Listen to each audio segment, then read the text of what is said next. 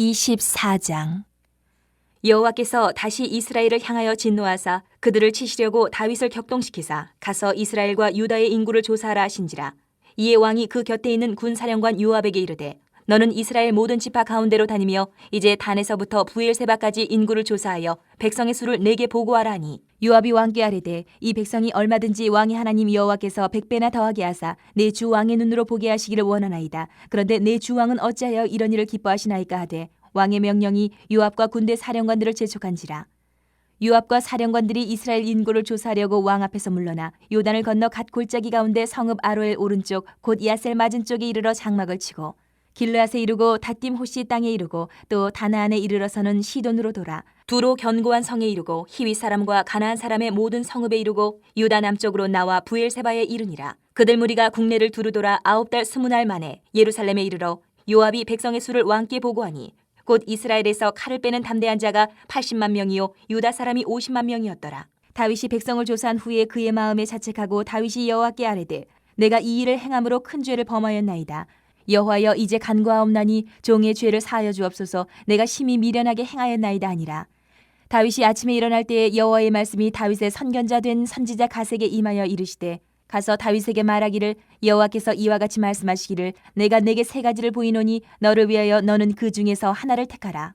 내가 그것을 내게 행하리라 하셨다 하라 하시니 가시 다윗에게 이르러 아뢰어 이르되 왕의 땅에 7년 기근이 있을 것이니이까 혹은 왕이 왕의 원수에게 쫓겨 10달 동안 그들 앞에서 도망하실 것이니이까 혹은 왕의 땅에 사흘 동안 전염병이 있을 것이니까 왕은 생각하여 보고 나를 보내신 이에게 무엇을 대답하게 하소서 하는지라.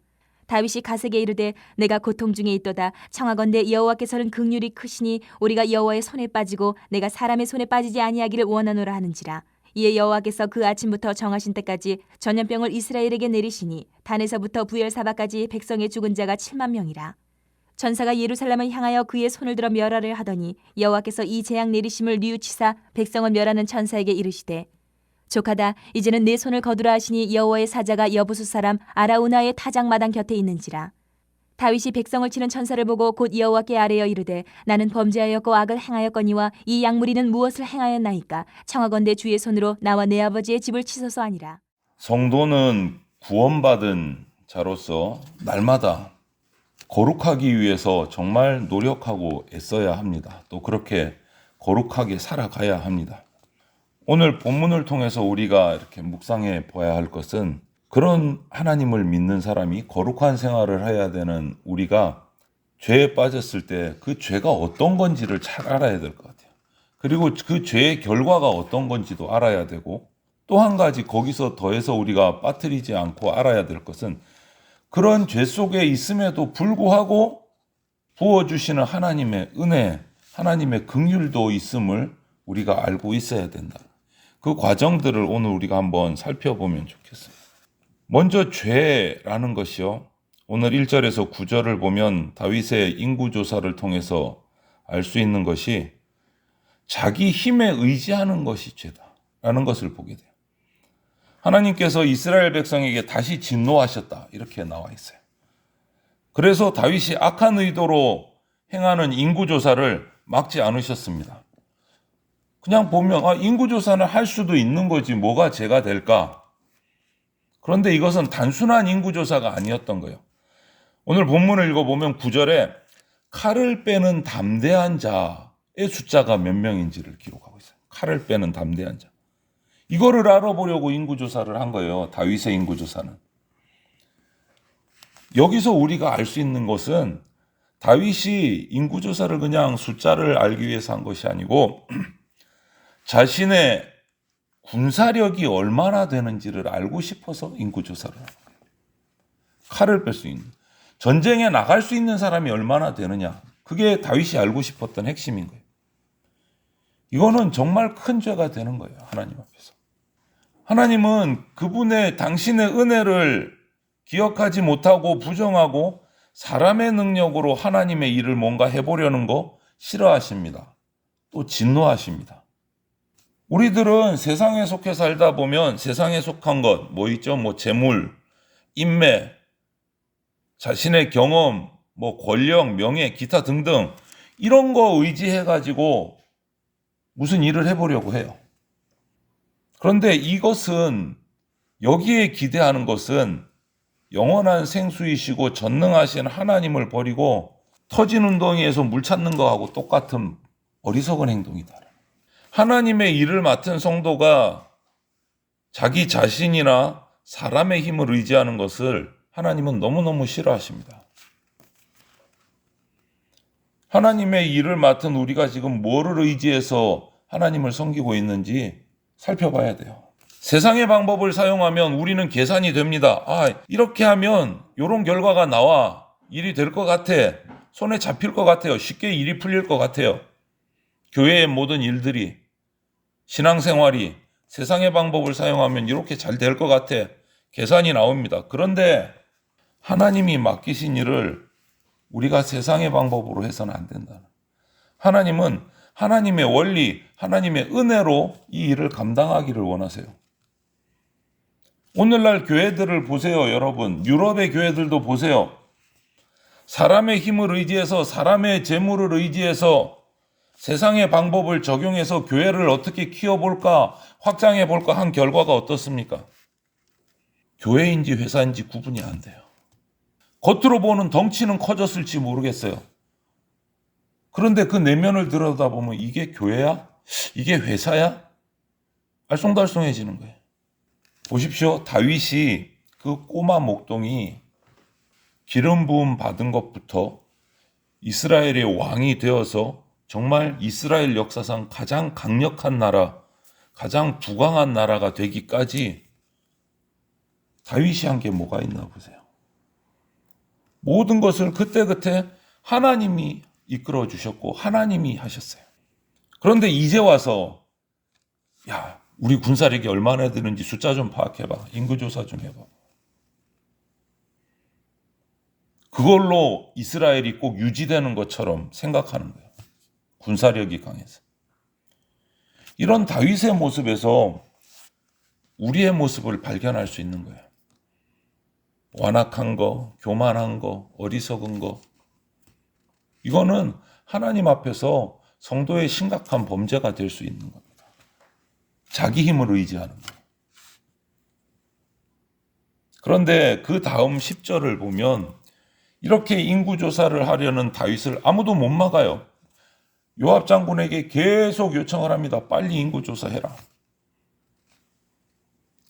군대사령관 요압이 만류를 해도 끝까지 인구조사를 교만한 마음으로 밀어붙입니다. 그렇게 해서 인구조사를 했는데 갑자기 오늘 10절에 가면 다윗이 마음이 돌이켜요. 인구조사가 끝난 다음에 자신이 하나님 앞에서 큰 죄를 지었다는 것을 깨닫고 자책하기 시작합니다. 왜 이렇게? 그런데 오늘 성경의 기록만 가지고는 무슨 일이 일어났는지 모르겠어요. 왜 이렇게 갑자기 마음이 바뀌었을까? 그냥 하나님의 은혜라고만 밖에 말할 수가 없는 부분이에요. 어떤 일이 있어서 마음이 바뀌었는지는 성경이 기록하고 있지를 않아요. 그런데 아무튼 돌아서서 하나님께 자기 죄를 고하기 시작해요. 하나님은 하나님의 사람이 죄를 깨닫고 죄를 고백하게 하시고 용서해 주십니다. 돌이키지 않고 다윗은 계속해서 죄 가운데 머물 수도 있었던 상황이에요. 그런데 하나님의 은혜로 깨닫습니다. 이처럼 저와 여러분들 그리스도인들이 죄를 범할 때 성령님은 그것을 깨닫게 하세요. 내 죄가 생각나고 깨닫게 되었을 때 그럼 우리의 반응은 뭐가 되어야 되느냐? 이때 하나님께 죄를 고백하고 용서를 구해야 됩니다. 버티면 안 된다라는 거. 내 속에 죄를 깨닫게 하셨을 때 재빠르게 나와서 하나님 앞에 엎드려서 회개해야 된다. 여러분, 성도와 세상의 불신자들과의 차이가 뭐가 있을까요? 한번 보세요. 똑같이 세상 가운데 살아갑니다. 똑같이 욕심 부릴 때 있습니다. 똑같이 세상에서 잘 살고 싶습니다. 그런 마음 없는 성도가 어디 있어요? 그러다 보면 세상의 방법을 쓸 때도 있습니다. 똑같아요. 그러다가 자기 분에 못 이겨서 폭발할 때도 있습니다. 그럼 차이가 뭐가 있을까? 성도와 불신자의 차이는 딱 이거밖에 없는 것 같아요. 이 땅을 살아가다가 범죄했을 때, 깨달았을 때 성도는 그 자리에서 회개합니다. 하나님을 아는 자는 그 자리에서 회개해요. 하지만 불신자는요, 예수님 다시 오셔서 심판하실 때까지, 그 심판대에 설 때까지 자기 죄를 모릅니다. 회개하지 않습니다. 하나님 앞에서 마지막 때 자기 죄가 드러나고 심판받게 돼요. 그 차이예요. 똑같이 죄를 지어요. 성도는 깨달았을 때 하나님 앞에 고백하고 회개하고, 불신자는 주님 앞에 심판받을 때까지 그냥 나간다는 거예요. 그 차이예요. 우리는요, 온 힘을 쏟아서 치열하게 거룩한 삶을 살려고 발버둥 쳐야 되는 사람이요. 그리스도인은. 죄를 범한 후에 죄를 깨닫게 되면 재빠르게 항상 하나님 앞에 엎드려서 회개해야 되는 거예요. 오늘 다윗이 다행스럽게도 그런 모습을 보여주는 거예요. 하나님보다 사람을 의지하는 큰 죄를 범했고, 이것이 너무너무 바보 같은 어리석은 행동이라는 것을 분명히 알았고, 그래서 다윗은 왕이라는 체면 불구하고 하나님 앞에 철저하게 엎드려서 용서를 구합니다. 우리에게도 이런 일들이 종종 일어납니다. 우리 죄를 보게 하시고 죄 때문에 슬퍼하게 하시고 회개하게 하십니다. 모든 순간순간마다 우리는 말씀 앞에 살펴야 돼요. 혹시 내가 무슨 죄를 짓고 있는가? 또 그 죄를 지은 것이 깨달아졌을 때 하나님 앞에 어떤 모습으로 내가 나가는가? 살펴야 된다. 이렇게 다윗이 교만하여서 억지로 밀어붙여서 인구조사를 해서 군사력을 파악하고 그 잘못을 깨닫고 하나님 앞에 엎드렸어요. 갓선지자를 통해서 그런데 하나님께서 다윗에게 세 가지를 보입니다. 죄는 용서하셨지만 죄에 대한 징계는 면제가 되지 않아요. 벌은 받는다. 세 가지 중에 한 가지를 선택하라. 갓선지자를 통해서 말씀하십니다. 이때 다윗의 선택은 뭡니까? 사람을 통해서 고통받는 것보다는 하나님 손에 빠지기를 원합니다. 그냥 하나님이 우리에게 회초리를 들어주십시오. 이 말은 뭐냐? 하나님께 직접 벌받고 하나님께 용서받겠다. 긍휼을 구하는 마음입니다. 하나님은 성도가 그분의 진노, 징계를 받는 중에도 긍휼을 구하기를 바라세요. 여러분, 나의 자녀가 잘못해서 회초리를 때리는데 울지도 않고 잘못했다 말도 하지 않고 입 꾹 닫고 고집 부리면서 버티면서 회초리를 10대를 다 맞는 자녀하고 한 대 한 대 맞을 때마다 어머니 아버지 잘못했습니다. 다시는 안 그러겠습니다 하는 자녀하고 어느 자녀에게 용서의 마음이 갑니까? 하나님의 마음이 그런 거예요. 긍휼을 구하기를 바라시는 거예요. 성도가 죄를 범하고 그 가운데서 계속 거하면 징계하십니다. 회초리 때려요. 그런데 여기에 징계가 없으면 아니 네가 죄를 짓든가 말든가 신경을 안 쓰시면 그 사람은 죄를 범했는데도 징계가 없으면 히브리서 12장 8절 말씀처럼 사생아예요. 사생아. 하나님의 자녀가 아니고 그냥 하나님이 관심 끄는 사람이 된다는 거예요. 얼마나 저주받은 인생이에요. 죄를 범했는데 하나님 앞에 징계가 없다는 것은 안타까운 일이에요. 그리고 징계를 받으면 그 받는 중에도 하나님께서는 긍휼을 구하기를 원하고 계세요. 잘못했습니다. 용서해 주십시오. 이 말을 듣기를 원하신다는 거예요. 여러분, 우리가 죄를 범합니다. 안 범하고 사는 사람은 아무도 없어요.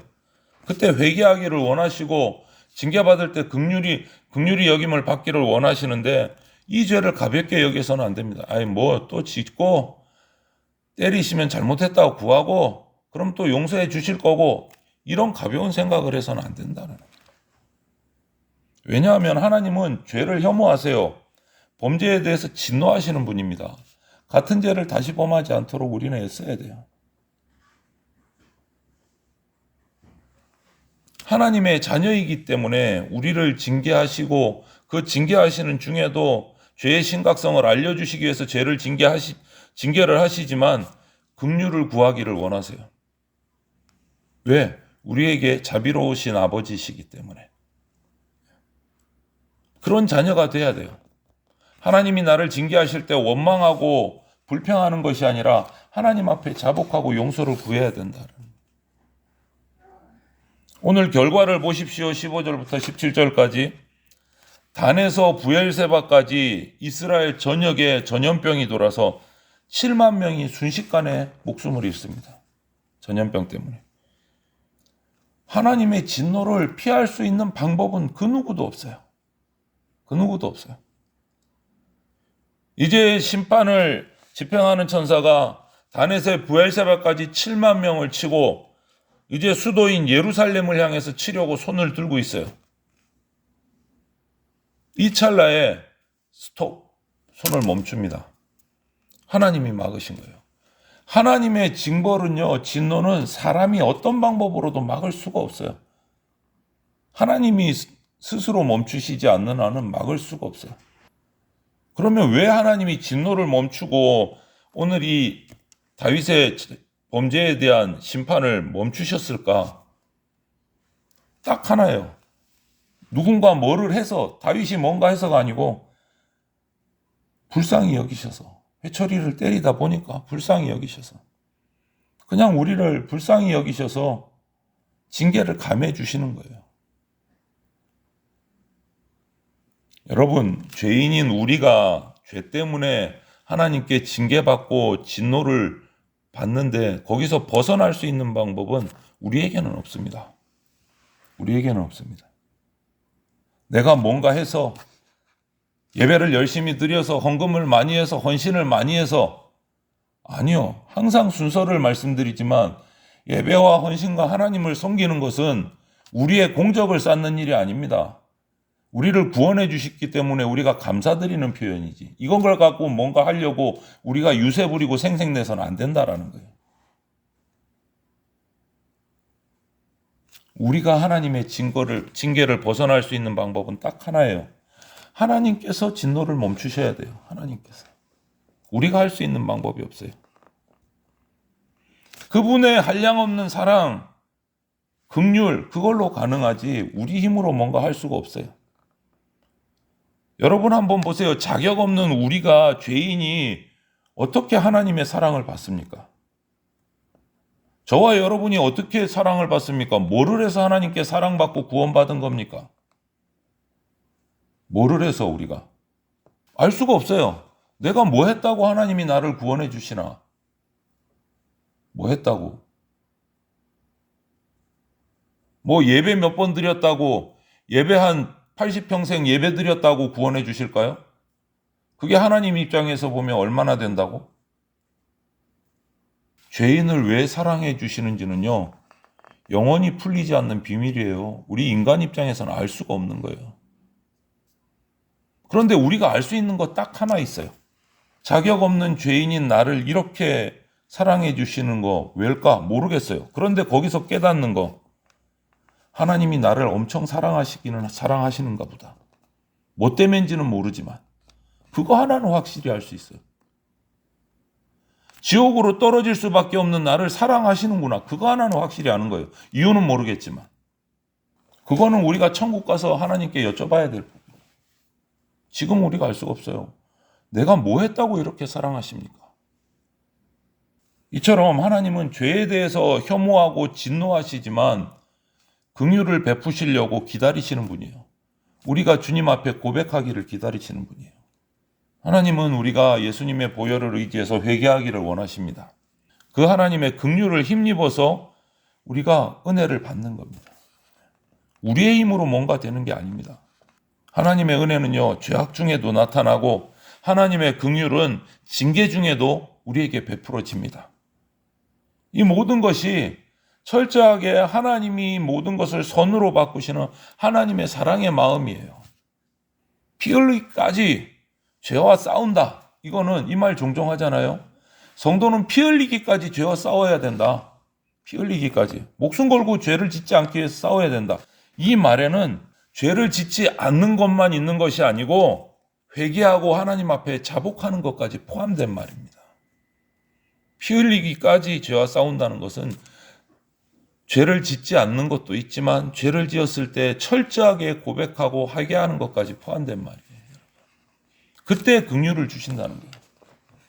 여러분, 우리의 삶은 완벽하지 않습니다. 언제든지 우리는 죄에 빠질 수 있는 죄성이 우리 가운데 항상 도사리고 있는 존재들이에요. 그 직분이 어떠하든지 그건 아무런 상관이 없어요. 우리는 죄에 언제든지 넘어질 수 있어요.